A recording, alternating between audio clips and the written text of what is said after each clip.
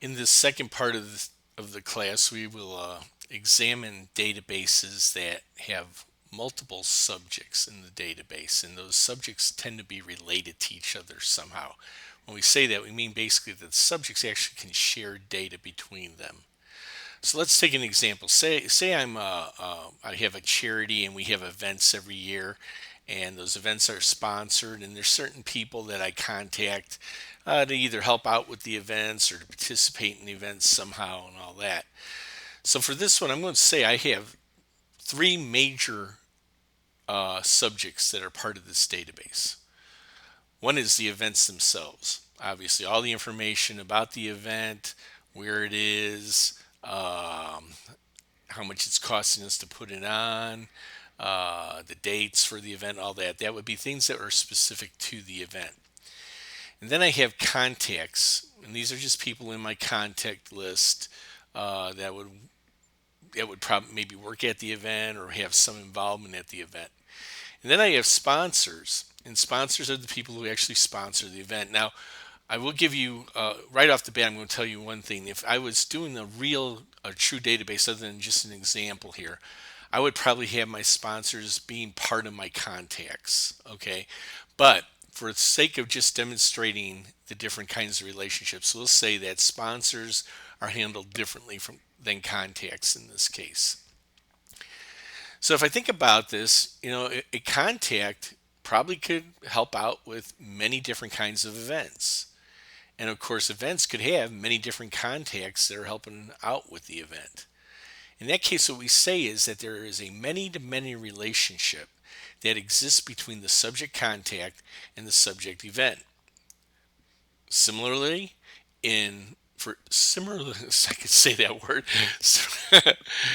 Just the same on sponsors can have a relationship to the event, and the event could have what I'm saying there is a sponsor could actually sponsor many different events, and an event can have multiple sponsors.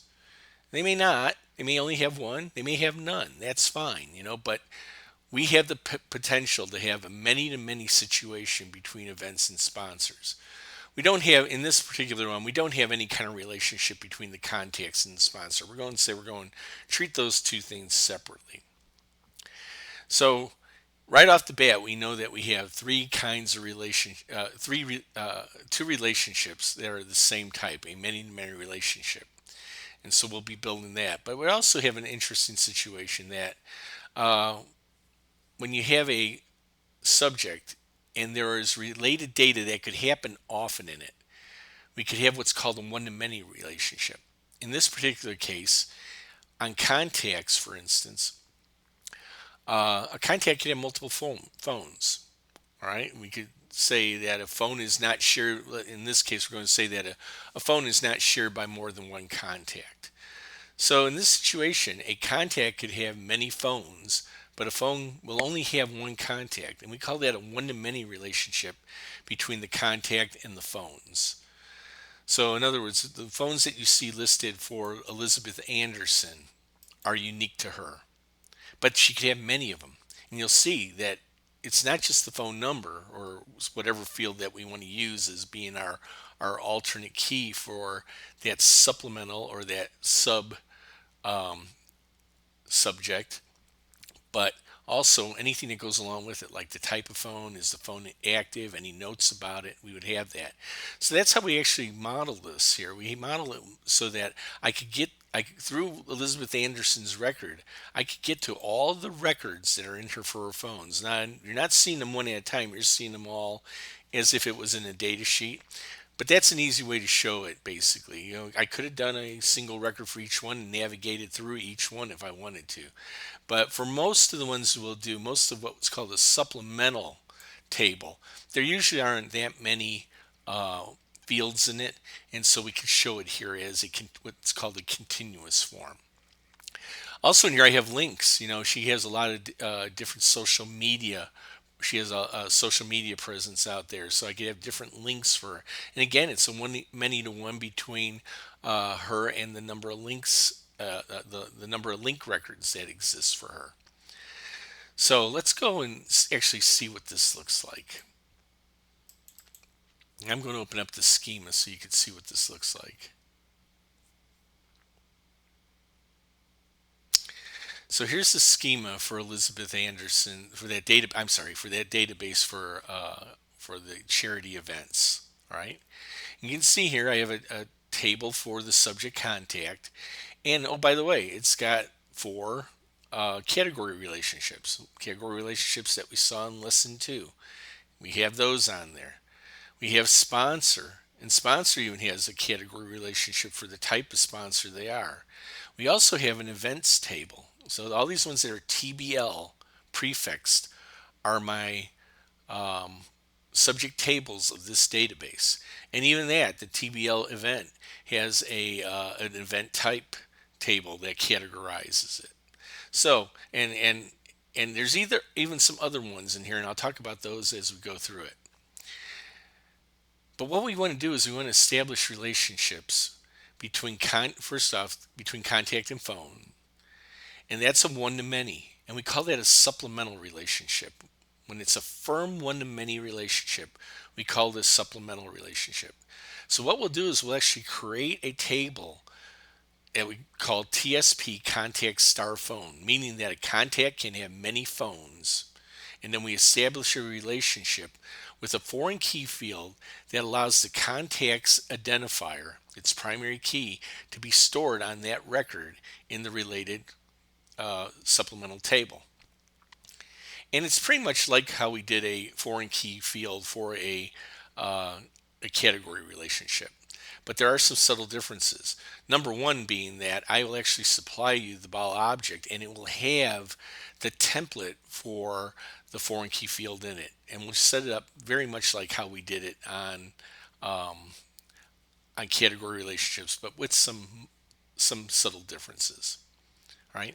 You can see there's another one in here for the contact link. So we'll have a supplemental table that has the contact's links, and the contact can have many links. So again, it's a one-to-many situation.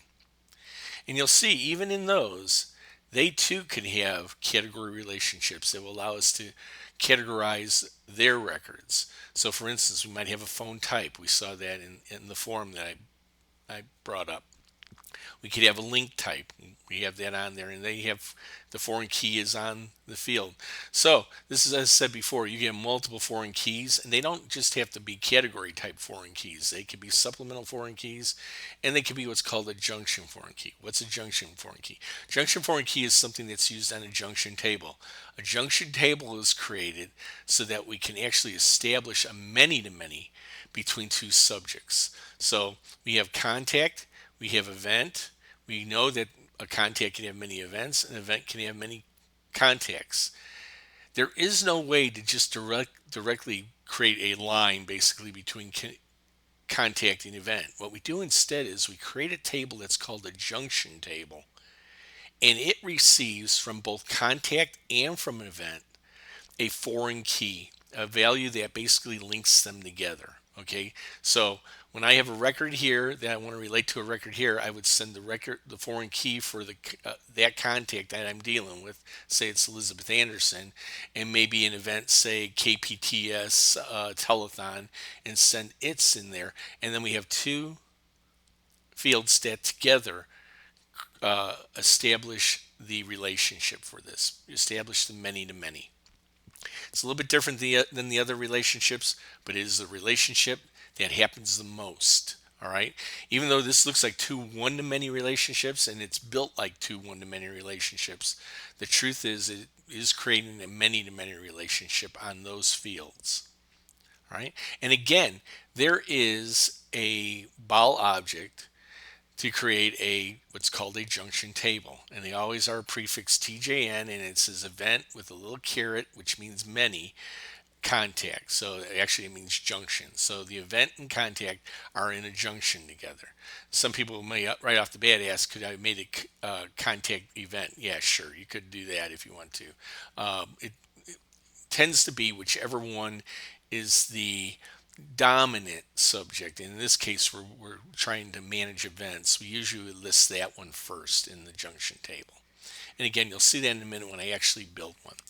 But putting this all together, you see this looks like this is a pretty neat and orderly map that shows that we have a junction table between contact and event, a junction table between event and sponsor because event and sponsor are in a many, a supplemental table to the phones of the contact, and a supplemental table to the links of the contact. If we had a multiple phones for the sponsor, we could have made another supplemental table over here that would have the sponsor and a one-to-many to their phones or their links. Okay, but for the sake of this particular one, we're just going to say that a sponsor only has one phone that we have to worry about, and maybe a URL for a website that we're worried about here. So what we want to do in our tutorials for this lesson are actually build the supplemental table. We want to build a junction table, and then we are going to go back and create the forms that allow us to store the data for those and have them basically in the subjects that they're related to. So in other words, for the phones that are in a supplemental relationship to the contacts, we will have a form where we can put those phone values in and manage them right here directly from the contact that it's related to. Same thing with links. We'll also have a form that allows us to get to the events that contact's in. We can manage that the information about some of the information about the event at least there. But interestingly enough, because it's also that information is shared by the events, I could go back and I could see that same information from the perspective of the events and have the contacts in there. This is actually the exact same records that were over there, but instead of seeing them in context of the contact, I saw them as in the context of the event. I'm sorry, let me step back there. Instead of seeing them in context, in this one you see them in context of the event. So I actually see the contact. Where if I go back to the contact and go to events, you'll see the event rather than the contact because the contact's already known. It's right here. Same thing with the event. It was already known in the event record for that. So again, this will make a lot more sense when we start building them and actually start building those forms and dropping them in so that we can establish these. And of course, we will establish relationships for these in the data sheet window. And we will do that as we go through the tutorial.